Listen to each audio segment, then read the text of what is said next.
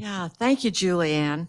And again, I'd like to welcome all of you here and all of you at home on Zoom. I assume you're at home if you're on Zoom. Um, First, I'd like to do a little commercial about Adventures in Living. This is our 9th year of doing this program, and it seems to be one of the more popular programs, at least we think it is. I'd also like to thank Dick Martin and Debbie Dean, who are co-facilitators with me on this. We work as a good team together. Today, let me just say, if you are interested in doing an Adventures in Living, please contact either Julianne or one of us, and we will get you all set up and guide you as much as you want in doing this. I see many people in the audience here in the Oak Room who have done Adventures in Living. In fact, I see Karen Mary at home who did this several years ago. So just, don't be shy. We're always willing to work with you, and we are happy if you volunteer. Today, I have the distinct pleasure and privilege of introducing someone to you. He probably needs no introduction to many of you because he has been on the curriculum, the science curriculum committee of ILR for a number of years, and he has done many programs in the science area.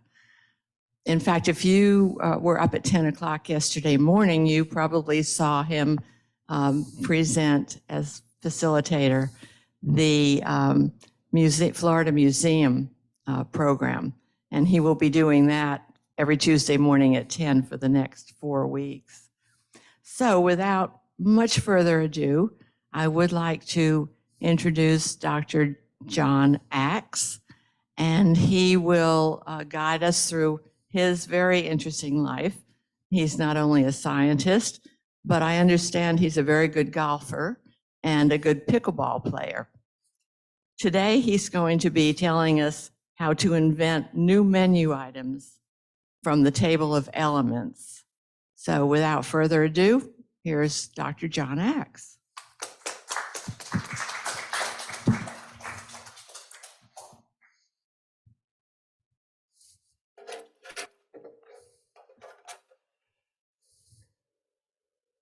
So forward's the middle one there, right? Okay, is the sound okay now? Well, I want to repeat some of what Diane said. I was gently prodded into doing this, but having done it, I found that it has been worthwhile for me because it's caused me to remember and recognize many times where good timing has occurred in critical junctures of my life. So I'd like to thank Diane and Dick Martin for helping put this together. And of course, I want to thank the indispensable Julianne for everything else.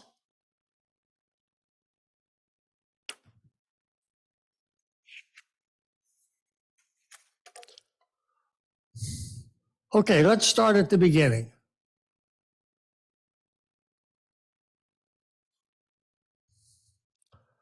I'm an only child, born in Denver, Colorado in 1933.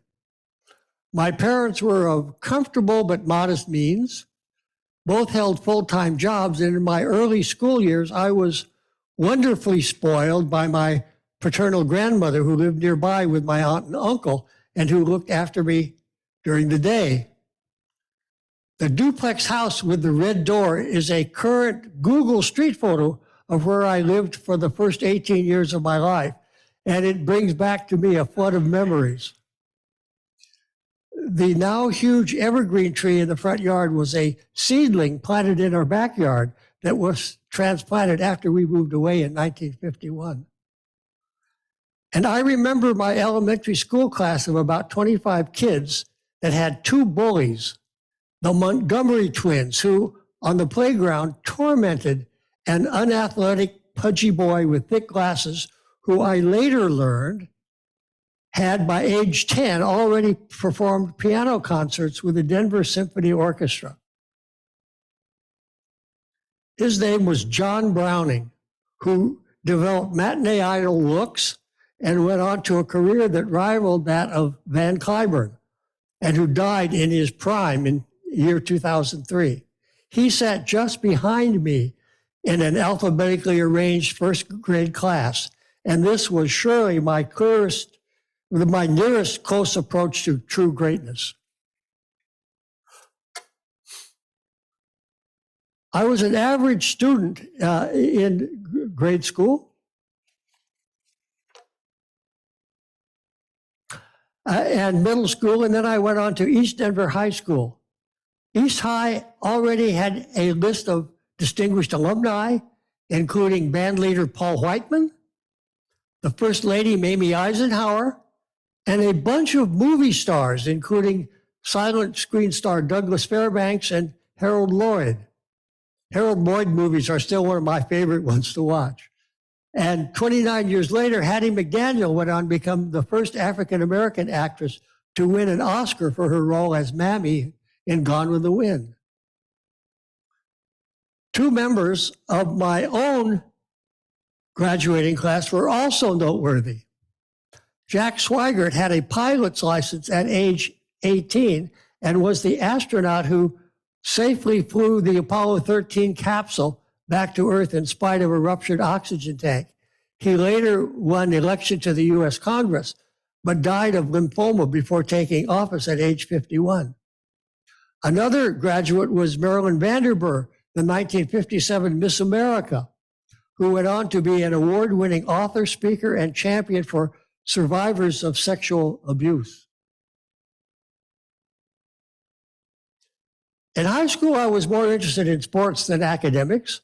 I tried them all, but the only sport in which I showed any promise at all was golf. And I was a member of the city championship East High golf team all 3 years.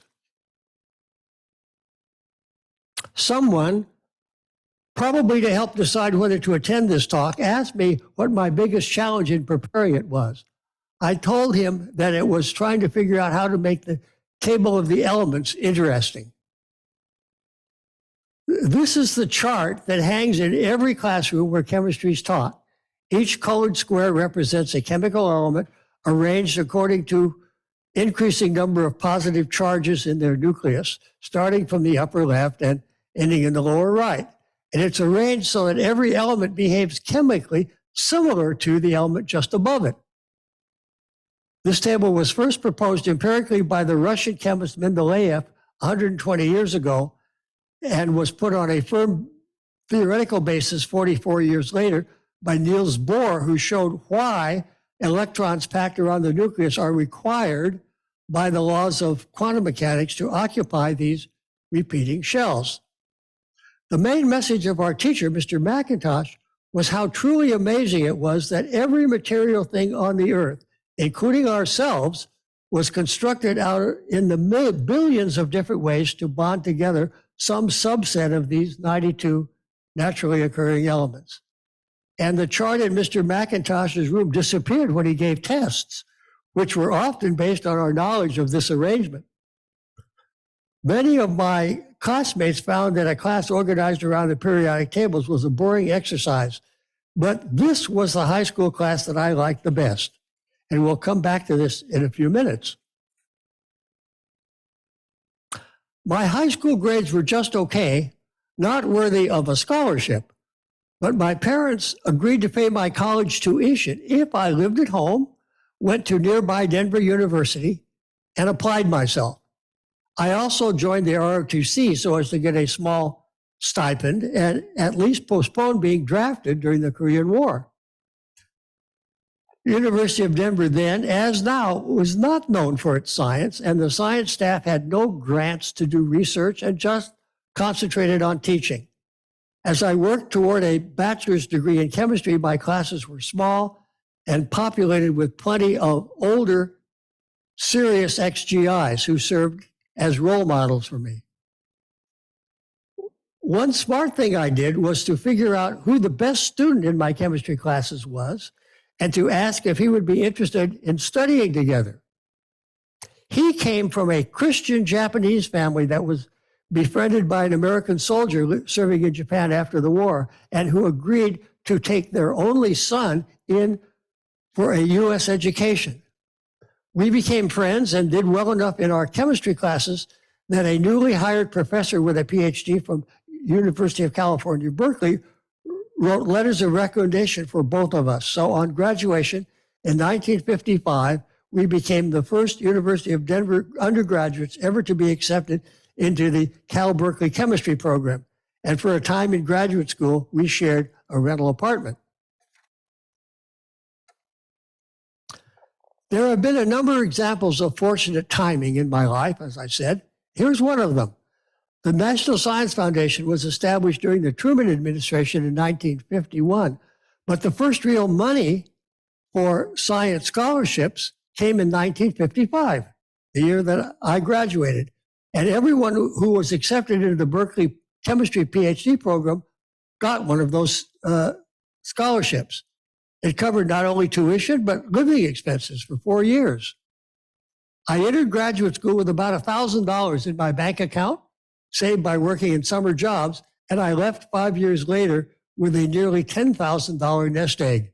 And that compares with the difficulty that putting people through school today encounter. The laboratory that I eventually worked in was located in the hills just behind the main campus, which provided a fine view of the Campanile Clock and Bell Tower and of San Francisco across the bay. My grades in high school probably would have never even gotten me into UC Berkeley as an undergraduate. And with freshman classes of hundreds of students taught mainly by teaching assistants, I probably wouldn't have done well. Looking back, I'm very thankful for the quality of the science teaching staff at the University of Denver. At Berkeley, beginning graduate students spend the first 2 years taking required courses and being interviewed by professors to sponsor and guide their research.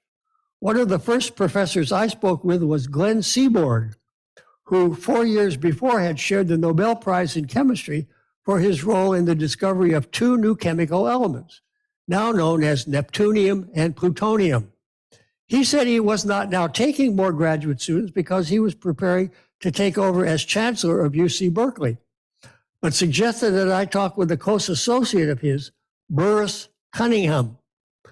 Like many of the scientists at Berkeley in the mid-1950s, Seaborg and Cunningham had collaborated in the Manhattan Project, working together to understand enough of the chemistry of plutonium to make a working nuclear weapon.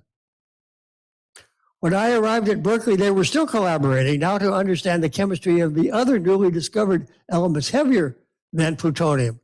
I chose to do research under Dr. Cunningham's direction, mostly because I liked his demeanor and the teamwork that I saw within his group.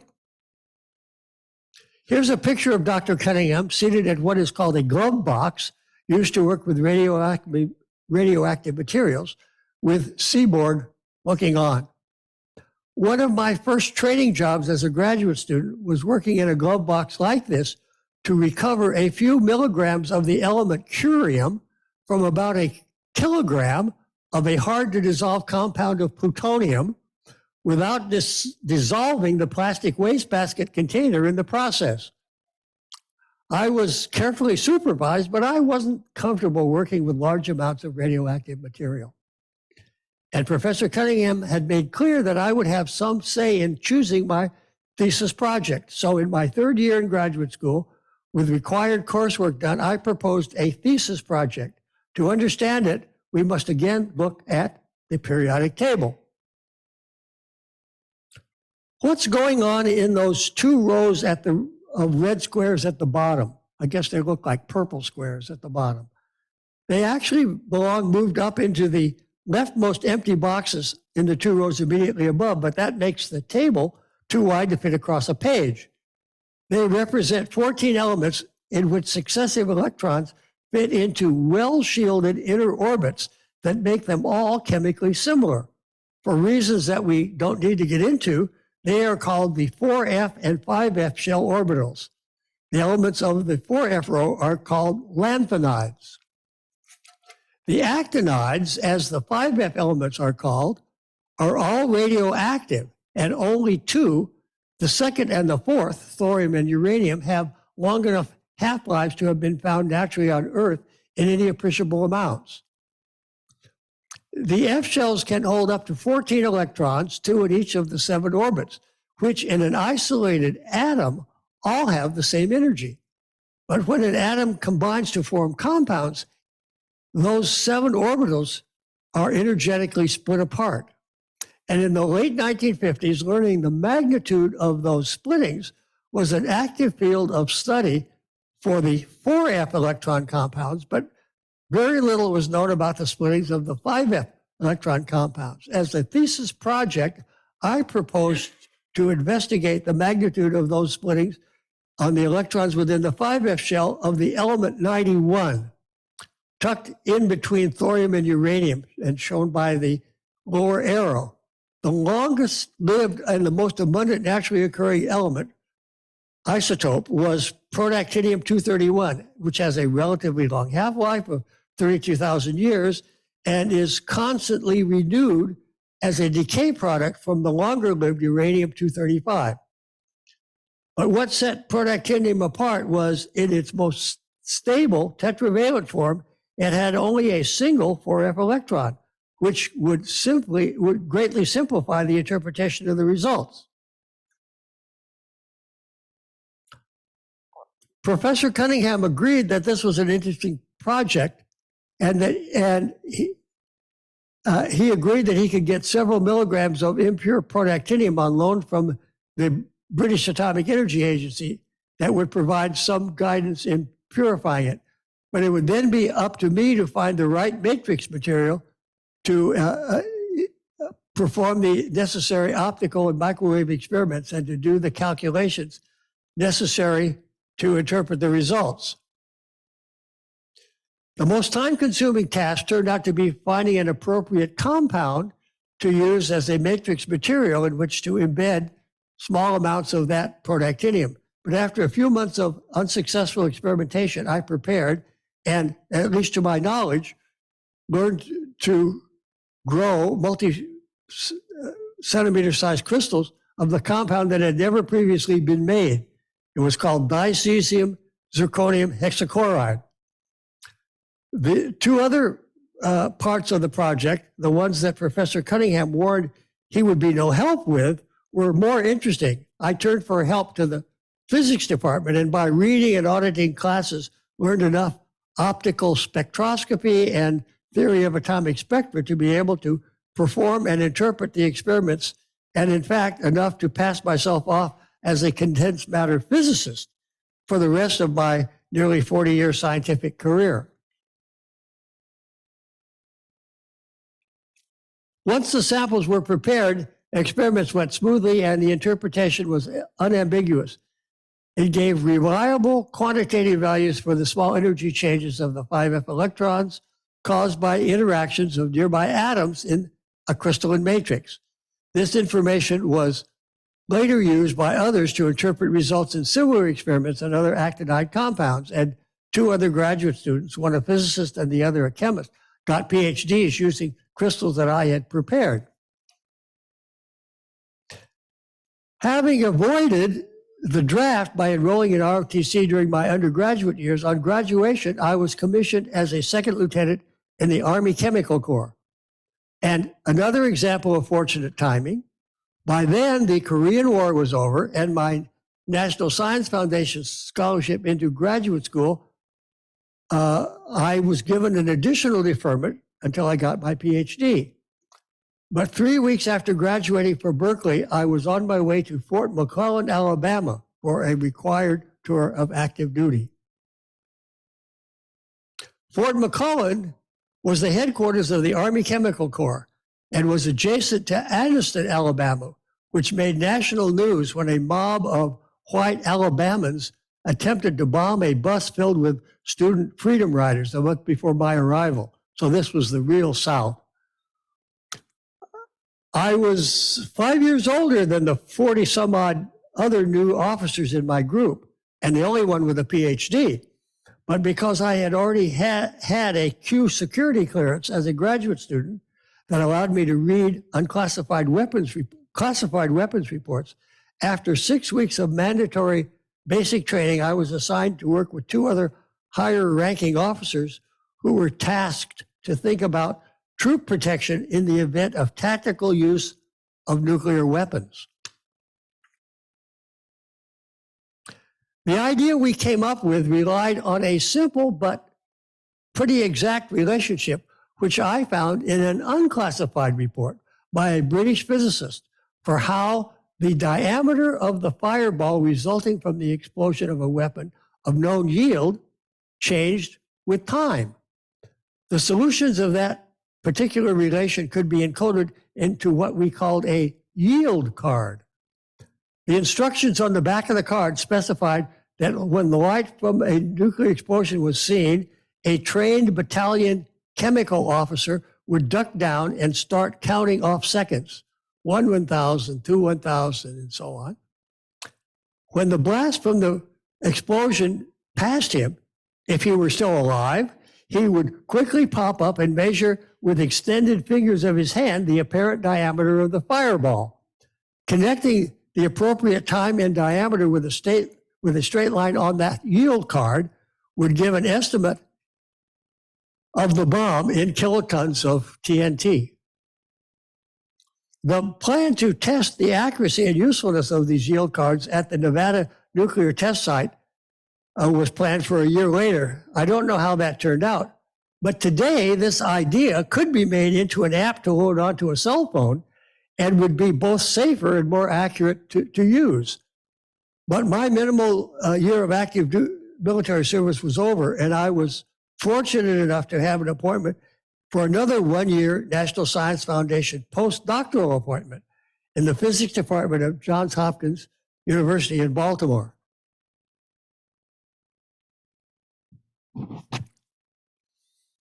Initially, I didn't feel very welcome in Baltimore. It began the first night in the city where I parked my car on a well-lighted street in front of a hotel recommended to me by the Hopkins admission office. It was broken into, and all of the clothing that wasn't in a small suitcase that I took to my room was stolen. So I spent my first week buying new clothing and having broken car windows replaced. The Johns Hopkins Physics Department was then located in Rowland Hall on the Homewood campus. And because the department was headed by a physicist who pioneered the investigation of structure of atoms by spectroscopic methods, this was my first choice as a postdoctoral position. He had a group that had taken a lot of data on atoms containing not one, but several 4f electrons, and they were having trouble interpreting them. I thought I knew how to begin to make sense of them, but it required writing down perhaps 50 nonlinear equations and solving them over and over again while varying about 6 unknown parameters until the solutions agreed with the experimental data. It would have been impossible to do this without the help of one of about a dozen of the largest IBM computer systems in the US at that time. So for several months, my days were spent in writing Fortran code input onto punch cards to submit to a courier service that delivered them to the Applied Physics Laboratory in Silver Springs, Maryland.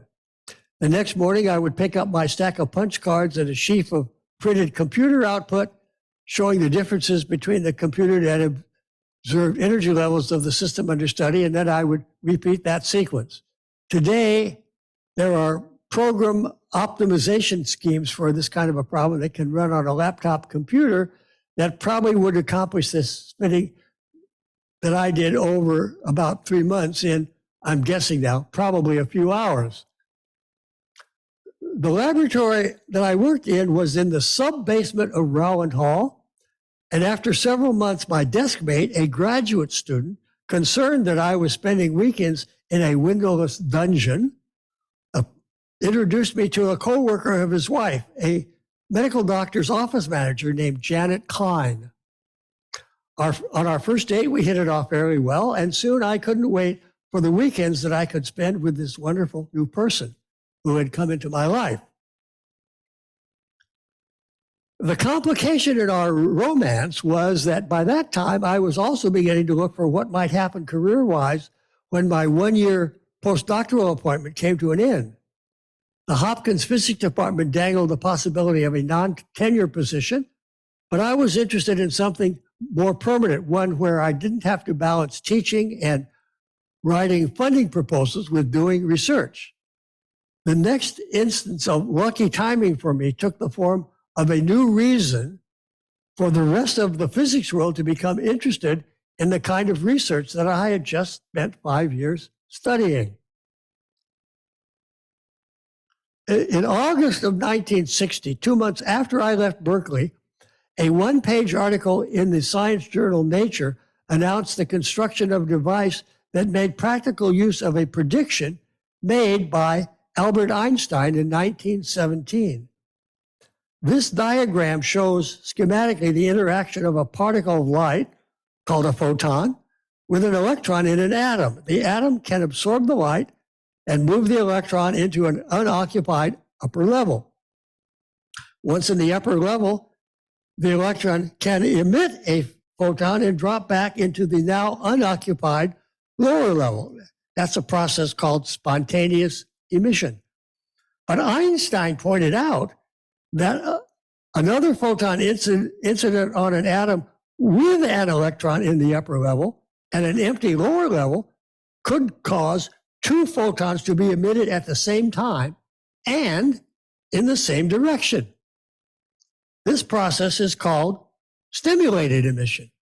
Today, these devices are, of course, known as lasers, and the first example of a laser that worked for visible light used the energy levels of a small amount of chromium added into an artificial sapphire crystal to give it its characteristic ruby color. So laboratories around the world immediately began searching for other doped crystalline systems that might work better or produce different colored light. And the group where I was working at Johns Hopkins had investigated many such potential systems. And I had already spent a few years learning how to calculate the probability of light absorption and emission in these kinds of systems. So after sending out resumes to various laboratories around the country and having job interviews, I had several job offers. One was from Bell Laboratories, which had jumped hard into laser research. And I thought about accepting it, but finally chose a newly formed IBM research laboratory in Westchester County, about 40 miles north of New York City. Having made that choice, I screwed up enough courage to propose marriage to Janet. And in spite of the fact that she would have to move away from family and friends, she agreed. So on April 27th, 1963, we were married and set up housekeeping in a rented cottage on an estate in nearby Mount Kisco, New York. The first project I worked on at IBM was studying the intensity and line width of the light emitted from gallium arsenide photodiode lasers. Those are the tiny semiconductor chips that today read the information on swiped credit cards and on items purchased at the supermarket. But once these tests became more routine, I was encouraged by the lab director to think about another practical IBM concern: data storage. The so-called hard disks, which today hold the data in the IBM cloud, is essentially a high-speed version of a tape recorder, which records and reads a fluctuating electrical signal generated by a moving tape when it has regions of up or down magnetic fields impressed in it. Many materials will develop an induced magnetic moment when placed in a magnetic field, but only a small number of them will retain this magnetism when taken out of the field. These permanent materials are also called ferromagnets because iron is the best known and often used such material. Ferromagnets are one example of what I will now call patterned crystalline structures. In a piece of metallic iron, every atom behaves like a tiny magnet, which can be aligned by an externally applied field to point either in the up or down direction, which can become the zeros and ones on a magnetic tape. But there are also many materials called antiferromagnets, in which the direction of the tiny magnets of the adjacent atoms point in opposite directions and therefore have no net magnetic field.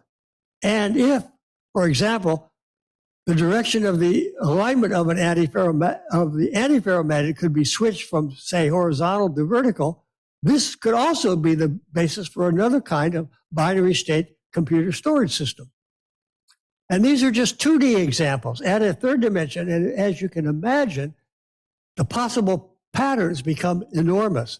And IBM management encouraged me to explore other examples of these kind of patterned structures.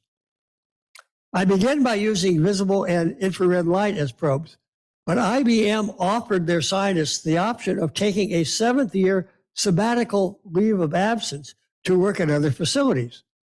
I chose to spend my sabbatical year at Brookhaven National Laboratory on Long Island, learning to use a new tool which is uniquely good at unraveling much more complex magnetic patterns than the simple ones that are shown here. Moving to Long Island was convenient for Janet too, because at that time she was going back to college at Pratt Institute to get a degree in printmaking, and that gave her a shorter commute than from Westchester County. The technique that newly interested me was called neutron scattering, and it required special instruments built around a nuclear reactor. The upper photo shows the containment building of what was called the high flux beam reactor. The middle one is of the instrument floor as the instruments were being installed. The reactor core is hidden behind thick iron shielding with the instruments pressed up against their flat faces. And a small fraction of the neutrons generated in the core comes out in well-collimated 2-inch high beams. The lower photo shows the crowded space around the additional fairly massively shielded instruments needed to focus those beams of neutrons onto the materials under study and to collect and record the scattered neutrons. Computerized control stations take up much of the remaining space. And the data collection rates are low, so a day's worth of data scans are set up in the morning, and the previous night's results were studied to decide what scans to do the next day. I had fully intended to return to IBM in a year, but before the year was up, I was offered a tenured staff position at Brookhaven, and I was to stay there for 28 more years. Worldwide, there were only 3 or 4 facilities capable of doing this sort of instruments that were carried out there.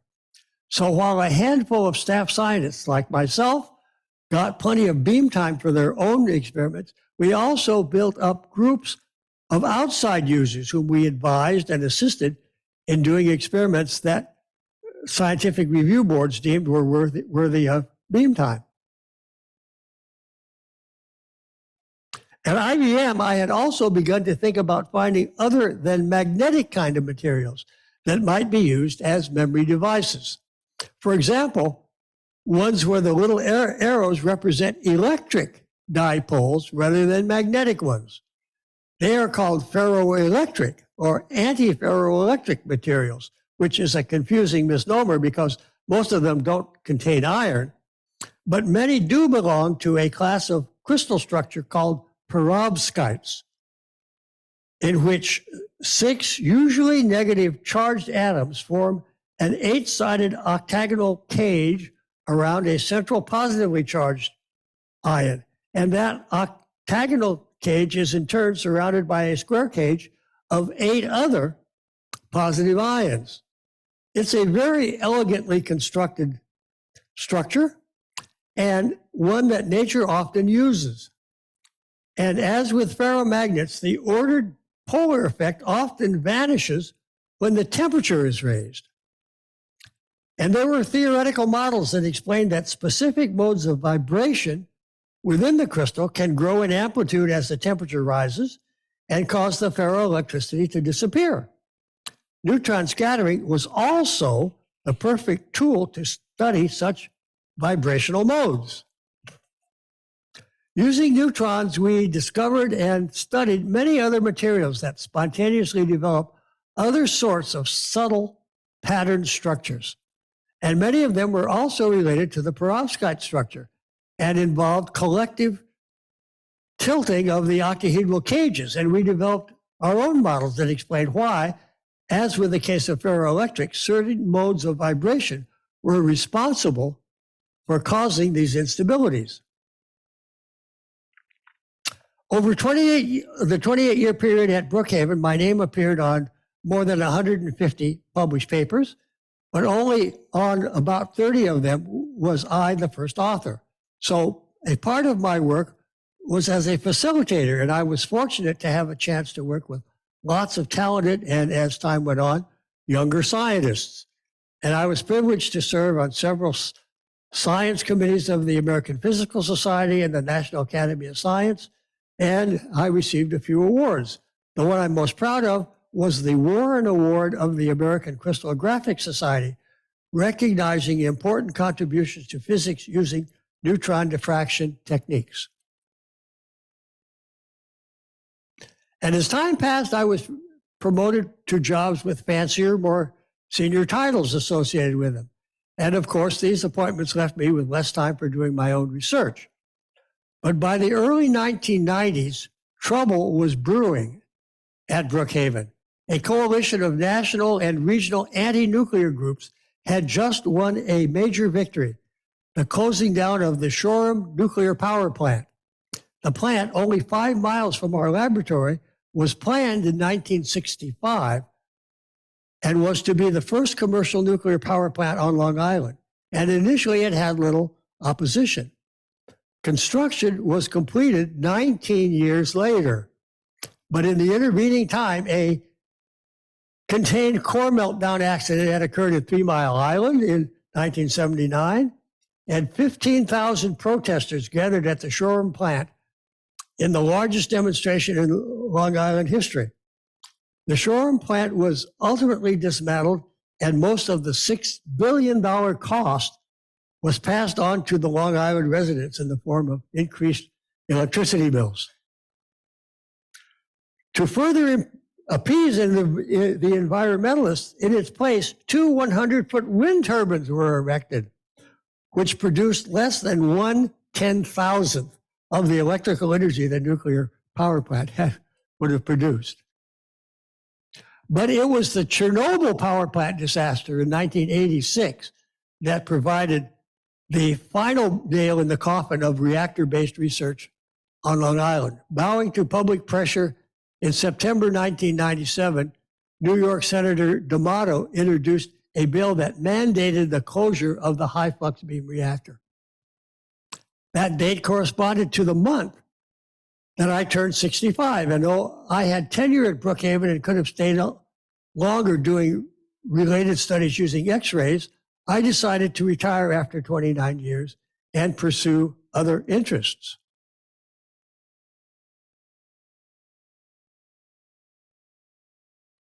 But before going on to my post-Brookhaven phase, I want to show some practical uses that some of the materials related to the ones that we have studied have since been refined to address. Today, you can buy a 1,000 gigabyte SUB thumb drive for about $20. That has required designing and cheaply fabricating what is called a non-volatile ferroelectric random access memory, NVRAM chip. Each chip contains 8 trillion tiny individually addressable capacitors that even when unplugged can amazingly hold their charge for several years. And each of these elements has transistor gates that can be individually programmed to open or close in a million times in 1 second. A schematic close-up of one of those capacitors is shown here. To achieve the density of packing, the top and bottom electrodes must be separated by a ferroelectric material, which is shown here in red, that has this perovskite structure very similar to the ones shown on the last slide. A close-up molecular cross-section of a portion of each tiny capacitor is shown schematically here. The green interior must be an excellent electrical insulator in order to maintain the voltage differences between the top and the bottom conducting electrodes that are shown in, I say pink, maybe violet, I don't know. And the size and the tilt in the conducting and insulating octahedra must fit exactly. Being able to tailor and fabricate such precise tiny devices so cheaply takes a tremendous amount of ingenuity and effort that I know absolutely nothing about.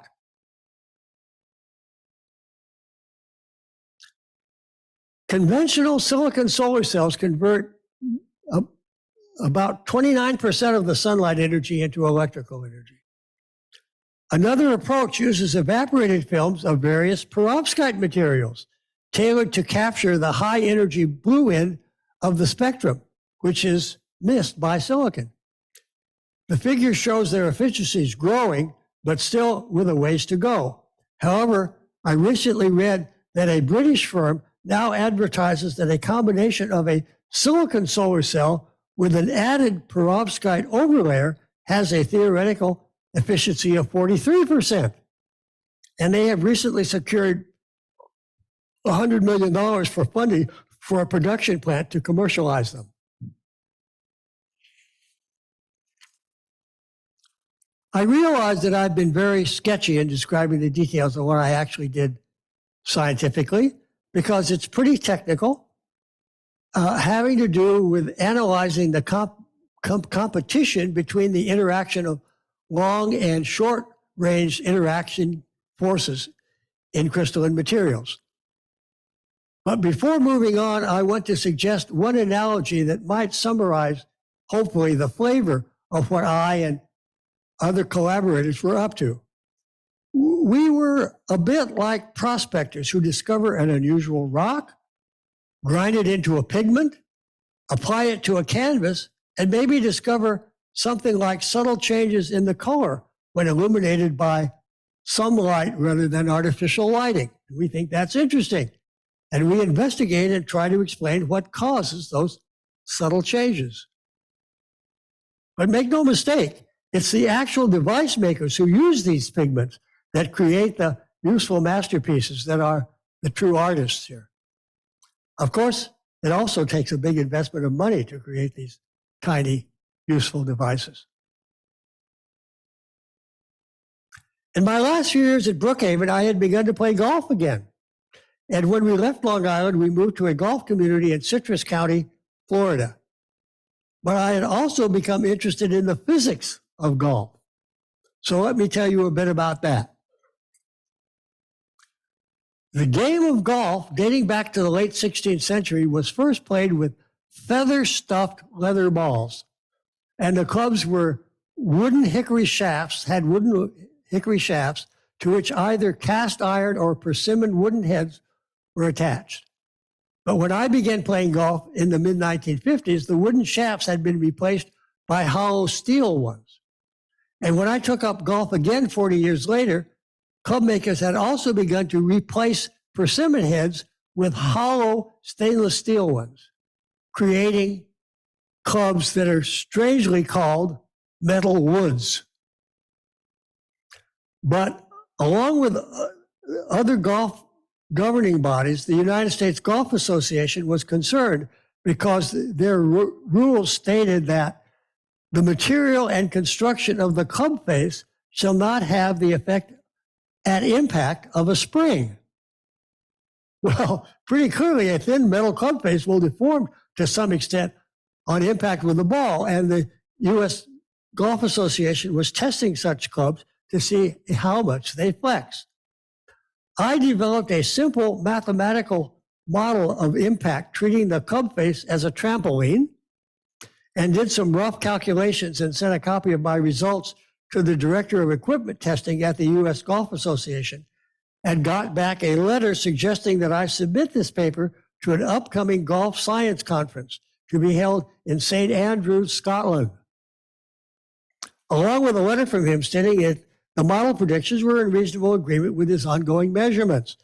This paper was accepted, and in the summer of 1998, I changed my vacation plans for that fall, jumping at the chance to visit the birthplace of golf and to play some golf at the famed Old Course, which you saw if you watched television in the last week. You saw a lot of that famed Old Course.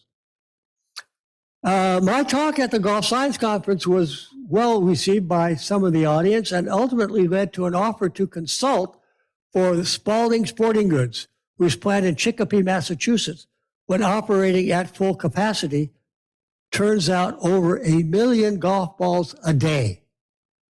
Just enough to replace the 300 million golf balls lost each year in the US at that time.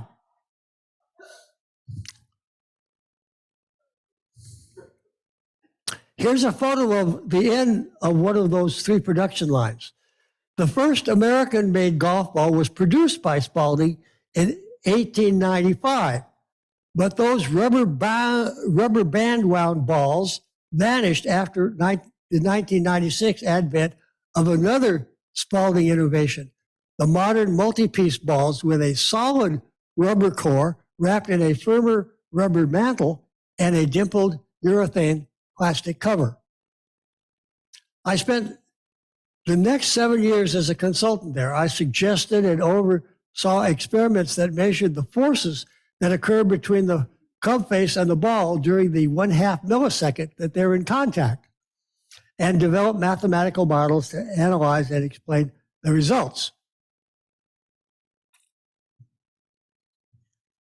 Another project I introduced was analyzing the vibrational frequencies in the sound of the ball club impact. That information is useful in predicting how to optimize the thickness and stiffness of the ball materials in order to minimize the amount of energy left in vibration of the ball and put into the higher ball velocity instead. We also dreamed about what we call buffer balls. By developing and using elastomer materials, which were very lively when hit with impacts that amateur golfers' swings could produce, but dropped dramatically for impacts that professional golfers generate. Spalding Sporting Goods was sold to a competitor, Callaway Golf, in 2003, and they brought in their own advisory staff. However, the Chicopee plant still makes the Callaway brand golf balls. And perhaps they're still working on some of the ideas that we were thinking about 20 years ago. My road not traveled when choosing a career path was astronomy. So on retirement, I bought a good introductory college astronomy textbook, spent 6 months reading it and working out the problem sets. And then I asked myself, did I really understand that material? The way to tell is to explain what you think you've learned to others. I made an appointment with the chair of the Natural Sciences Department at Santa Fe College and asked if there was any interest in my giving a lecture or two a year at the new planetarium, which is about to open there. It's a lovely planetarium. If you haven't been there, you should go. He upped the ante and asked if I would be interested in teaching a 1-semester astronomy course. That would mean trekking up to Gainesville from Citrus County, but after talking with some of the rest of the science staff at Santa Fe College, I said, okay, let's give it a try. After 2 years of commuting from Citrus County to Santa Fe College twice a week, I changed institutions and introduced an astronomy course into the curriculum of the College of Central Florida, which had a branch campus 10 minutes from my house. And I taught astronomy there for 2 more years. Incidentally, it was while teaching at Santa Fe College that I learned about the ILR at Oak Hammock and talked my way into giving a guest lecture on cosmology here. Before my talk, I was shown around by Charles Sidman And the first thing I said when I got home was, Janet, I've just found the place where we're eventually going to move. It took 4 more years for that to happen. We spent 14 happy retirement years in the golf community of Black Diamond Ranch, but in 2012, we moved to Oak Hammock. And while here, I've served on both the ILR governing board and the curriculum committee and facilitated a bunch of ILR programs and given a few myself. And Janet has spent 8 years helping to edit the Oak Leaf, and we both agree that this is the place we want to spend the rest of our days. And so I want to end by thanking Janet for putting up with me in our own joint 59-year adventure in living. She's made it all very special. And thank you for listening today.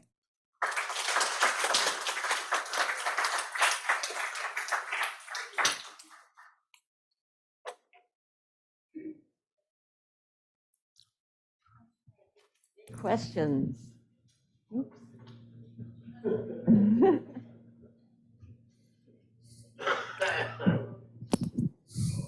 you can walk into the wooden floor.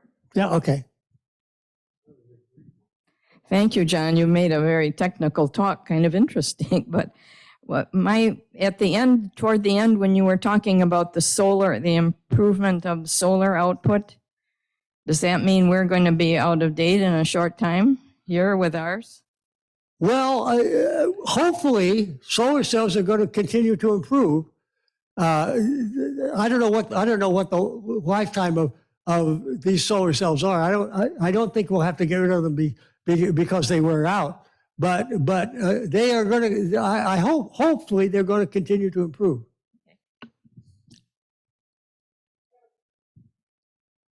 Here we go. Henrietta. Thank you, John. That was fantastic. You know, the astronomy that you got so fascinated with, which you said you were always really interested in, must make the events of the James West Telescope particularly exciting. James James Webb Telescope. Yeah. And I wonder of the things of the first images that you saw, whether you were intrigued with the profile of the atmosphere, and whether or not you saw anything in that the rest of us that didn't do chemistry saw that is going to be interesting to follow up on. Well, the public's pictures, I found most of them were clearer and further out than the Hubble spacecraft photograph. But the thing that most interested me was the ability to take the spectra of the atmosphere around suns, because it's going to be important to know what the atmospheric concentration of oxygen, for example, is if there's going to be life around that planet. That's an entirely new thing that we can now do with the James Webb. Thank you. I have a question here on Zoom. John, this is Phyllis Saarinen coming to you from Colorado. So go ahead, Phyllis. Good morning. We do that. Hi, Phyllis. Good morning. John, you've convinced me it was probably a good idea that I didn't major in chemistry in college. Especially not nuclear chemistry, but thank you so much for all the details. Very interesting talk for Drew Pierce and me. But Drew has the question, so I'll turn this over to him. John, I thought it was a very interesting talk, and I wanted to ask you during your time teaching astronomy courses, what did you find was the most interesting thing that the students said or wanted to know or discussed with you? Can you give us some idea what the students were particularly interested in during those years that you spent teaching those courses? Well, many of the students didn't ask questions. To get them to ask questions was always a problem for me. But I think most of them were interested in the entire history of the universe, going back to 13 billion years, right? And how it's possible to get that kind of information. Mhm. Okay, So thank just you. the broad scope of the paradigm that we have that explains how the universe developed and so on. Mhm. Okay, Thank you. thanks. All right, back to the Oak Room here, Mr. Petway. Yes, Richard. What a wonderful eclectic journey you've had. I want to, after St. Andrews watching this weekend and being part Scot, Scottish is my wife and I, which has a great fondness for Scotland. I looked at your schematic of the ball hitting the surface, and I noticed the ripple of transition of the energy, not only to the face of the ball, but to the reverse side of the ball. And then bounces back. Yeah. And so I'm kind of interested in that extra motion because that tells me a little bit about the density inside the ball and the various Yeah, densities. and the elastic stiffness of what makes up the ball. Yes. Right. And so I'm kind of wondering, do they want, and you did say they produce balls that would be good for amateurs, but not pros, and it's probably the speed of the shaft hitting the surface. And now I noticed that golf heads on drivers and others have adjustments in the mechanism of the surface of that particular head. And I kind of wondered, do they do that research about to improve the ball characteristics? And is Titleist the biggest selling ball a Spalding ball, or is it? No, that's the Titleist is a competitor with Spalding. Callaway balls are essentially Spalding balls. The same people that worked at Chicopee when I was there are to some extent still there. So they're different, but they all have their own trade secrets. Yeah. But and shaping the thickness of the face of the driver is now something that they have been working on. So there's a lot of experimentation of knowing what it is they can get away with without violating the rules of golf. All right, back to Zoom here. Rick Gold, go ahead. Thanks, John, for a fantastic presentation. I'm interested in your feelings about the future of nuclear energy, given the fact that Brookhaven was affected by the protests against 3 Mile Island, and that Chernobyl has really set a damper on the whole nuclear industry. Do you have insights into whether nuclear power plants have become much safer and what the future is for them to deal with climate change?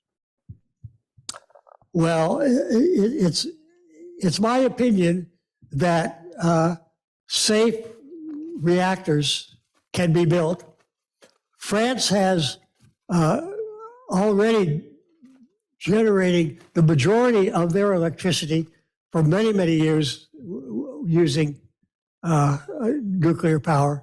I think it's important to settle upon a fixed design and build many of those kind of fixed design power plants. In the United States, Westinghouse or GE will build have built site-specific plans that are maybe not tested as well as they ought to be.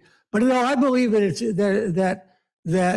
it's going to ease the difficult transition we make to burning non-fossil fuels by using to a much more extensive degree than we do now nuclear power.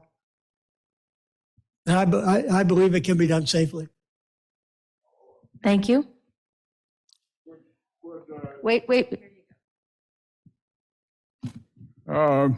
Germany has caught in this gas problem and in essence has withdrawn from the nuclear power grid Right. or started the process. It's a Right. long Well, yeah, process. they shut down all their nuclear Yeah. But reactors. do you think that they will restart them? Or, because it looks like there was even a statement in the paper by Russia saying it would meet all of its current obligations for gas through the near future, but there could be changes in the pipeline supply from Russia.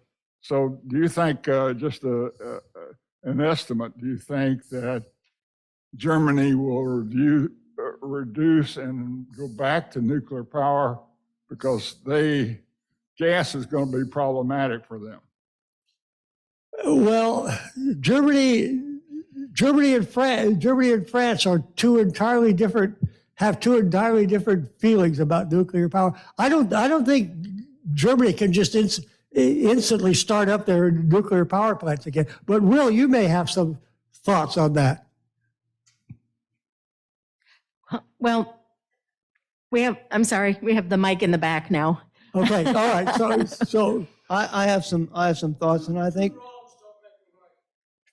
two wrongs don't make a right. Yeah. And maybe we'll hear more about this in the nuclear power Yes. series that we have on Tuesday afternoons. Thank you. Back in the back? for those of you who are interested, I suggest you Can you speak right Consult- into the microphone? Yeah. consult Dr. Google and type in small modular nuclear reactors, and you'll see where the future is coming. Yeah, yeah. I'm interested in that, and I know there are companies that are working hard to try to get those plans. Bill Gates, for example, is very interested in getting involved in that. So a lot of money's has to flow into that, but I hope that it works. Any more questions? Yeah, we'll. You have. Chernobyl never should have been built. 3 Mile Island was adequately contained. Yes. Yes.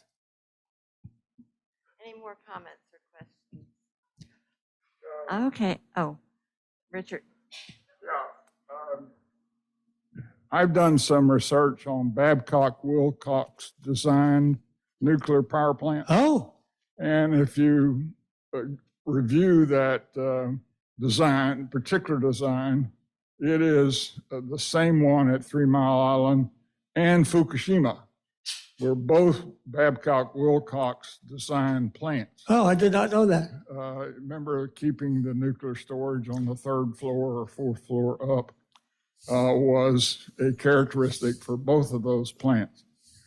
And what I found is the capital markets did notice those differences in plants by design. The companies that use the Babcock-Wilcox after 3 Mile Island and after Fukushima really took a hit. So it's not just the scientists that are paying attention to the design of these plants. It's also the stock market penalizing the companies that Sure. did. Sure. Any more comments or questions? Okay.